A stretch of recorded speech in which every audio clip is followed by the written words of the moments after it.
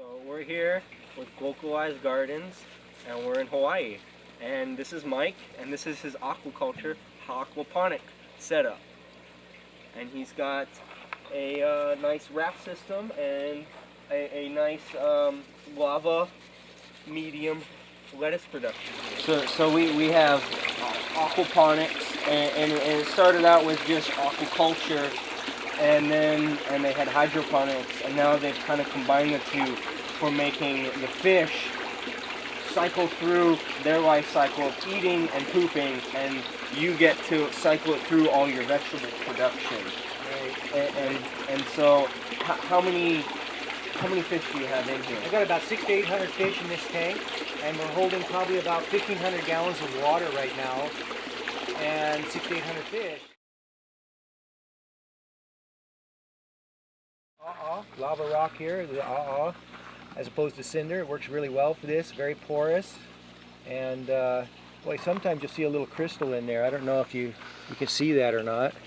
Sometimes there's a little crystal in the I think that's kind of cool, but a lot of crystalline structure in volcanic rock anyway, and I think it works very well. It holds the bacteria, which is the main factor in aquaponics. Is what really drives the system and makes it work, is the bacteria.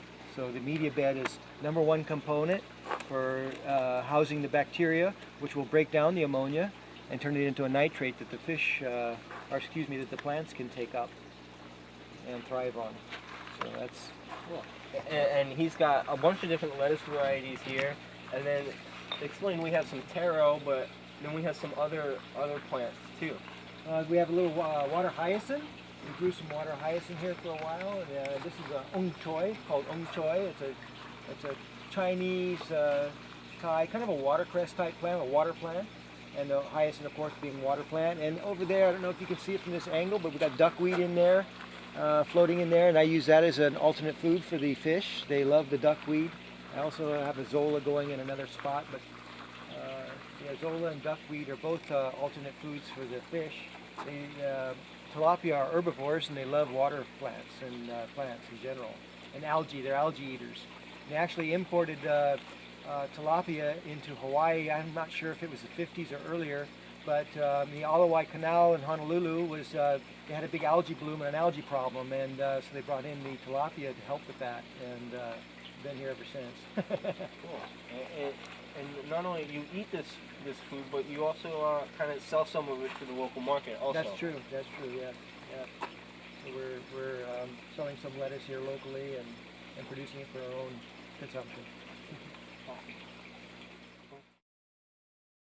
The history, a little bit of how aquaponics got going is, in about the 70s, they realized in aquaculture that they had a problem with the effluent.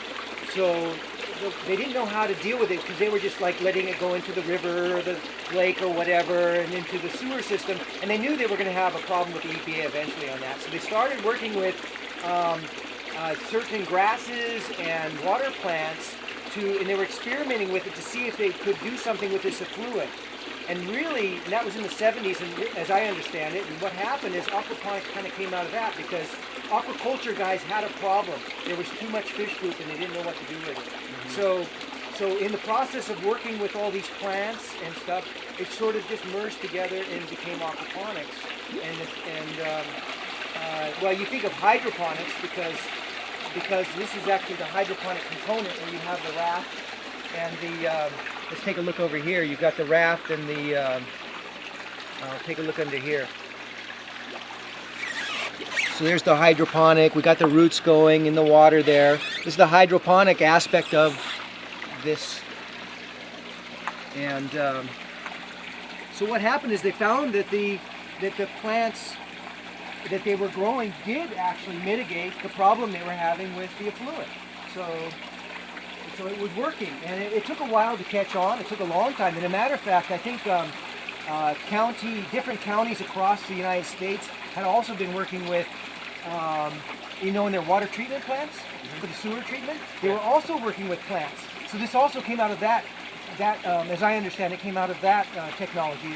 The water treatment plants were working with plants to mitigate their water treatment efforts.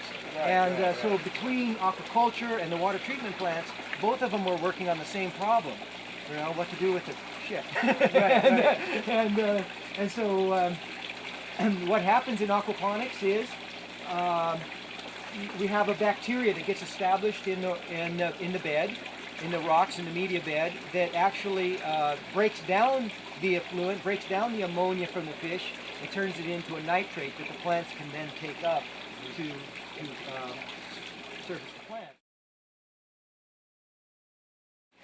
One of the beautiful things about aquaponics is it uses less than 1/10 of the water that you would use in in-ground agriculture. So that's another outstanding point, especially for people who are in a desert area or a low water area. You know, they just don't have the water. So we're recirculating the water, using it over and over, and we're getting crops out of it, as well as a protein from the fish, you know, that we eat. So this system I've designed here is a small swimming pool, and it could easily be a pond. I have a pond mentality in how I deal with this, but I've taken this swimming pool and I've added these beds, and I have one pump feeding all these beds. One pump pumps the water up to all the beds, and it's gravity back into the tank. And we got 1, 2, 5 beds. Five beds, all gravity flowing back in. The water flows from the bed all the way back in here just from gravity. There's only one pump.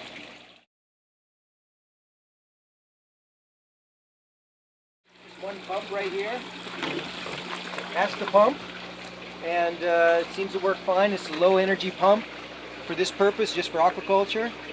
Works great, and very low draw, very low amperage, so I get a lot of performance out of that pump. Cool. What is the amperage of that? Oh boy, it's about a quarter of an amp, maybe less. Maybe Oh, wow. 8. So it's it's very, very low. Very, basically very nothing, low. yeah. Very low. Very Awesome, low. awesome. Matter of fact, come over here and feel the end of that. Just feel how hot that is.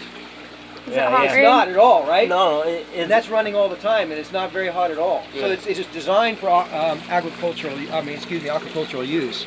cool. Yeah, sweet water. It's a great pump. You got a filter right there, is that correct? Yeah, it's like a jacuzzi filter. So I use that. I've got a couple filters that kind of pre-filter, I guess, actually you could say. So that's like the jacuzzi filter, and I got a canister filter in there. And then I have a skimmer. I use a surface skimmer. I've got two things over here. This is got a little filter thing in here.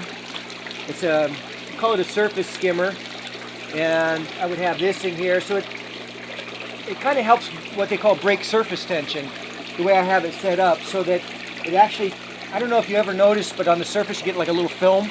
Okay, yeah. So this will help break that up, Right. just by the way it sucks in and pulls it from the top. It also have another thing on the bottom sucking in too. So I have two places where it's sucking into this pump here, Okay, cool. and how I utilize this. And you notice I come over the top, which is a little different. You see, most people will just take it from the bottom and come out, but I take it over the top like this. I have it designed to work like that. It seems to function fine for me. So. Make the plumbing easy. Yeah, makes it easy. None of that hole.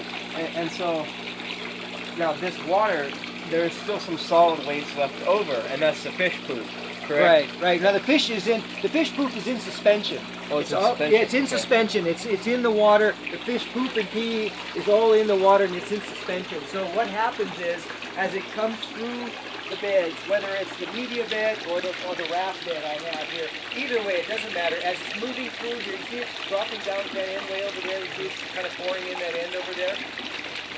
So, but yet it's coming out right here. Right. But yet, so it's what's happening is, as it travels through, or the water's moving through, it's settling out, right? So this also acts as a settling tank.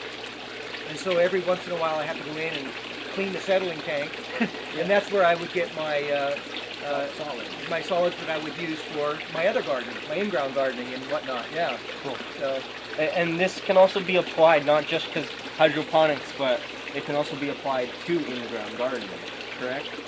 Well, it's not going to recycle itself. well, I take the effluent that I collect and I use that in my in-ground gardening, and I will put that on all my plants around outside in the ground, yeah, to fertilize those plants outside, yeah. So, but it's a closed system. This is all just, it's a closed system and all just constantly recirculating all the time. cool. Yeah. Bell siphon is kind of interesting to look over here. And bell siphon is great for flood and drain. For bed, and it's just like this over here. I'll pull this out. This is all there is to it right here. This is the bell siphon. There's nothing in there. I don't know if you can see inside there. No moving parts. It's just the way it's designed. It works on a siphon effect, and the minute it's totally full, it'll just drain again. So very, very efficient. No moving parts. And when the bed fills up to a certain point that I have established, the bed will dump and just drain out again. And we find that plants that have what's called wet feet, or I know there's probably some other terms, but plants that cannot be in the water all the time will survive in a flood and drain type of bed. And this is taro? This is all taro. Yeah. And I've got a few different types of taro, but this is all taro growing in here. The taro grows nuts in this system. And Crazy. Taro is it's a leaf crop as well as a root crop, right? Absolutely, you get both out of this. They like to make a luau or lau lau with the taro leaf, and we eat the stem as well as the root. We eat everything on that. And taro chips are pretty popular right now. Taro chips too, yeah. And that's from the root. You use the root for the taro chips, right? And then you got strawberries in here too. I got some strawberries in there. And so these are all continuous flow beds except for this one over here, which is what we call ebb and flow or flood and drain. And it uses what's called a bell siphon. It'll fill up about every 20 minutes and then totally drain and then fill back up again. And when it drains, it has the tendency to pull the oxygen down into the root mass a little bit better, into the rocks. And those are media beds too. And the media I'm using is the media that we have here readily available. It's or that's kind of a lava rock, a very porous rock, and I use that media for my media beds. And the media beds also act as a filtration for the fish tank. It actually filters the effluent, kind of gives it a place to hang, and while it breaks it down and turns it into the nitrate that the plants can take up. So here we have our typical raft system, the hydroponics very commonly used. And he's got actually water-based plants growing in here. And as we move down here, he's got a lava rock medium. People use clay aggregate or cocoa. And this lava rock is very porous. Like he said, it holds the microbes in here. It holds the bacteria. It helps out with the pore. It has air in it. All that helps oxygenate. But right here we have the first level, and then we have the second level coming down here. And so this will feed into this one. And we actually have some other tanks down here with more fish in them. That this is all gravity fed. He's only got one pump out here he just pumps the bottom tank all the way to the top raft, and it cycles right back through with the rocks, the plants, and the fish. Help it all filter out, break it down, available for the plants and fish to provide off of. Okay, so this is the ong choy. This is after my wife Law has cooked the ong choy. This is how she cooks it. It's a stir fry with what did you put, garlic in there and everything? Some garlic and everything. And this one here is the pipanole or chiote, as it's called by some people. And she's made a, what did she call it again? A vegetable stir fry, mixed vegetable stir fry. So she's mixed carrots and beans and everything else in there, but cauliflower, something vegetables. With vegetables, yeah, all mixed up vegetables in a stir fry fashion. But the main thing here is you're seeing the chiote and the ong choy, which we're both growing in the aquaponics system over there across the street, right? Cool. Yeah, perfect. Okay. Thank you.